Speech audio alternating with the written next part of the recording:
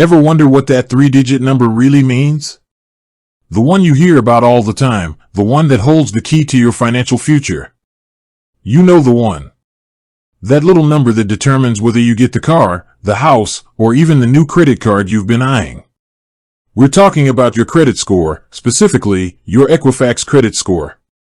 And if you've ever felt like its calculation is some kind of ancient, mystical art, you are not alone. Now, before we get into the nitty-gritty, it's important to understand that when we talk about your Equifax credit score, we're often talking about one of several different scoring models.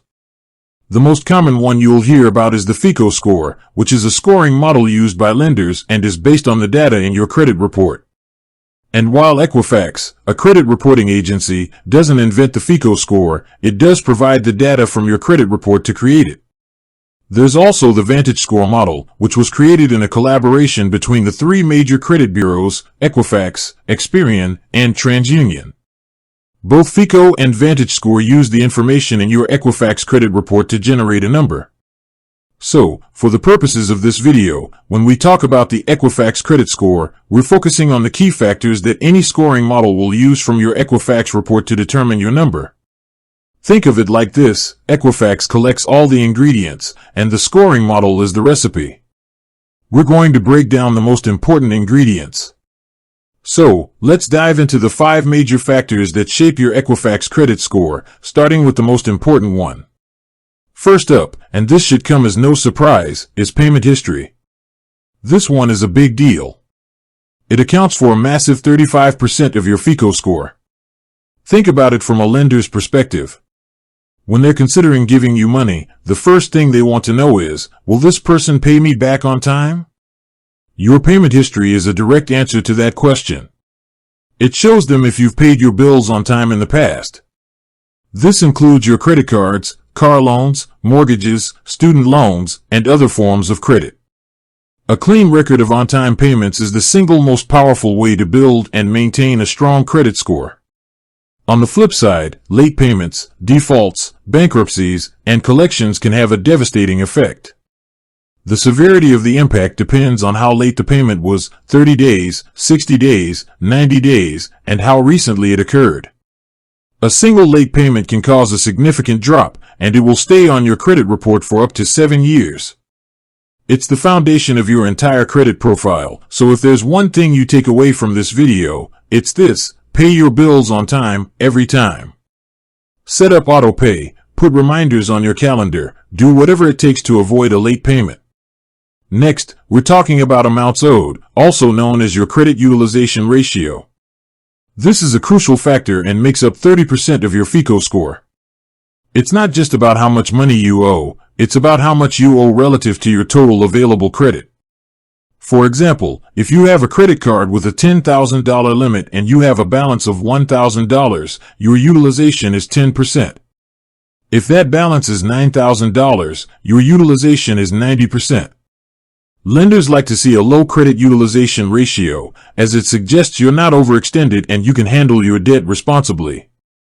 A general rule of thumb is to keep your total utilization below 30%, but the lower, the better. People with the best credit scores often keep their utilization in the single digits. This is why a common piece of advice is to pay down your credit card balances.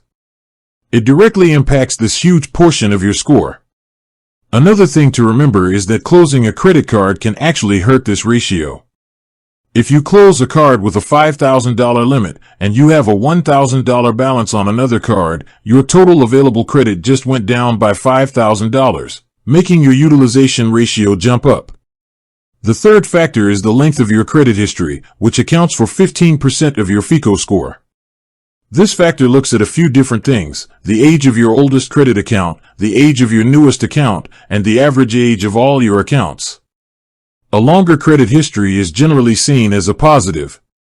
It gives lenders more data to work with and shows a long-standing pattern of responsible behavior. This is why it's often a bad idea to close your oldest credit card, even if you don't use it anymore. By keeping it open, you're maintaining the average age of your accounts, which contributes to this factor. If you're new to credit, this is one of the more challenging factors to build up, but time is on your side. The key is to start building a positive credit history as early as you can and maintain it consistently over the years. Fourth on the list, and making up 10% of your FICO score, is new credit. This factor is all about recent credit activity. When you apply for a new loan or credit card, the lender performs a hard inquiry on your credit report. This inquiry is recorded on your report and can cause a small dip in your score. Now, one hard inquiry isn't going to tank your score, but a bunch of them in a short period of time can be a red flag for lenders. It might suggest that you're in financial distress and trying to take on too much new debt. This is why it's important to only apply for credit when you truly need it. It's also worth noting that if you're rate shopping for a car loan or a mortgage, multiple inquiries within a specific time frame, typically 14 to 45 days, depending on the scoring model, will often be counted as a single inquiry. This is so you're not penalized for trying to find the best rate. Finally, the last 10% of your FICO score is based on your credit mix. This factor considers the different types of credit accounts you have. Lenders like to see that you can responsibly manage a variety of credit, such as both revolving credit, like credit cards, and installment loans, like a car loan or a mortgage. This isn't to say you should go out and get a bunch of different loans just to have a good mix. A solid history with a couple of credit cards is perfectly fine. But as you progress through different life stages, like buying a car or a home, your credit mix will naturally diversify, and this will be seen as a positive by lenders. So, to recap, the 5 pillars of your Equifax credit score are payment history at 35%, amounts owed at 30%, length of credit history at 15%, new credit at 10%, and credit mix at 10%. By understanding these factors, you are no longer in the dark. You can now take a strategic approach to managing your credit, focusing on the areas that have the biggest impact. The good news is that your credit score is not a permanent, unchangeable number.